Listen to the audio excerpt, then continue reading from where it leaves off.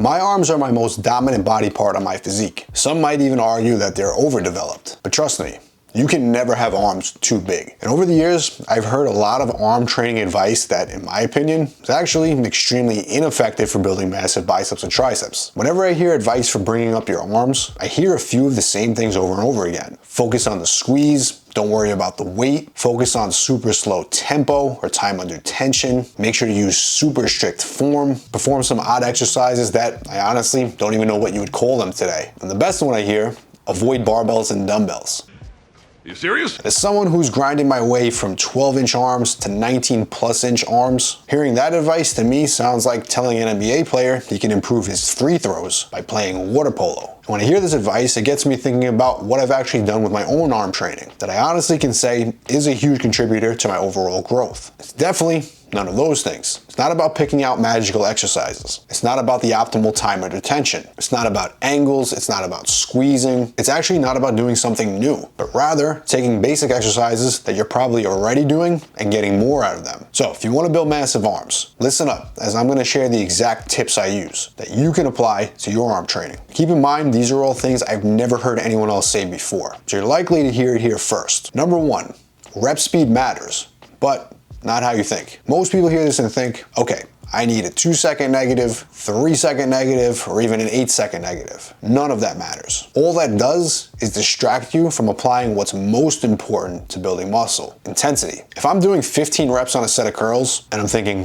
1, 2, 3, up, and I'm counting down 1, 2, 3, 4, 5, 6, 7, 8. My mind is not where it needs to be, which is in the muscle while I'm training. The rep speed that you actually want, and this applies to both biceps and triceps, regardless of the exercise, is to lift the weight as fast as possible and then simply lower it twice as slow. I don't care if this is lightweight or heavyweight. You should be lifting that weight as fast as possible. The speed that you apply to a positive, that ensures that you apply as much force as you can to the bar. Listen up as I'm going to explain that in detail. Let's say that your 1 rep max on curls is 100 pounds. That means that if you lifted 100 pounds for 1 rep on curls, you will have to apply 100 pounds of force to the bar. Now, what if you're training with only 50 pounds? That means, in fact, that you will only have to apply 50 pounds of force to move that bar. But remember, you are strong enough to apply 100 pounds of force to that bar. And despite that there's only half that amount of weight on the bar, you should still apply that 100 pounds of force to the bar. If you do this correctly, you should see it in the speed of the rep. In simple terms, you should lift that 50 pounds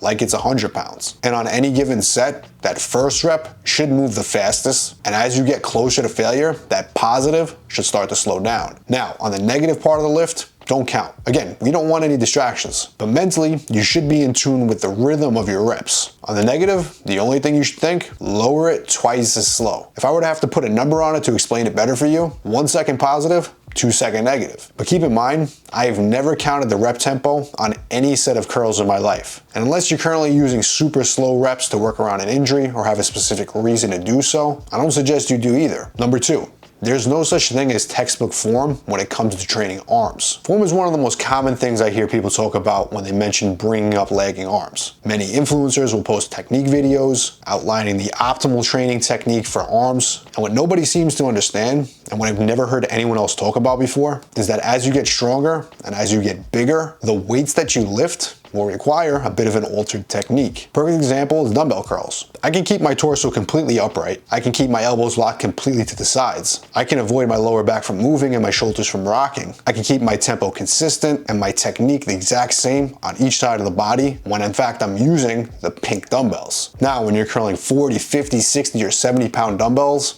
those things get massive. And when you're a bigger lifter, when you have wider shoulders, when you have wider lats, even a thicker torso, those huge weights and a larger body frame, now you're forced to move those weights through a more loose range of motion. So while you might call something like a 70-pound dumbbell curl loose technique or form, I might actually call that optimal. But I never actually use that word myself. You get my point. Last tip, I don't really break my reps up into positive and negatives at all. Say this to yourself every rep: I'm lifting the weight, so that I can lower it again, and especially lower it under control. It's common knowledge that the majority of muscle mass comes from the negative portion of a lift, and it's even been shown in studies that if we completely remove the negative, we'll then see little to no increases in size from just the positive. So without getting too technical here, the negative is where it's at when you're trying to build muscle, but you shouldn't try to only do negatives in the gym. And what I really mean is, if you get to a point in the set where your reps are beginning to get a little too sloppy on the positive, doesn't always mean that you need to stop the set. You're always stronger on the negative than you are on the positive. And if the last few reps require a bit of momentum just to get the weights up, that's okay,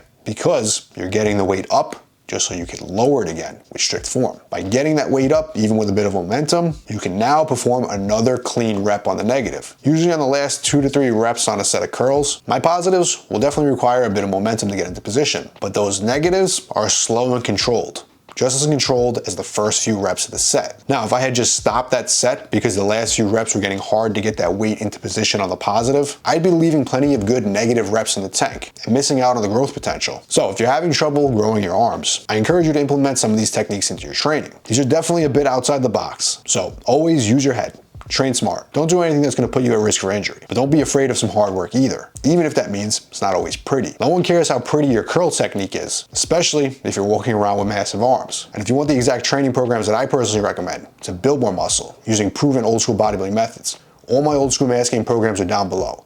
And as always, if you want to see more of the best original bodybuilding content just like this, make sure to hit subscribe.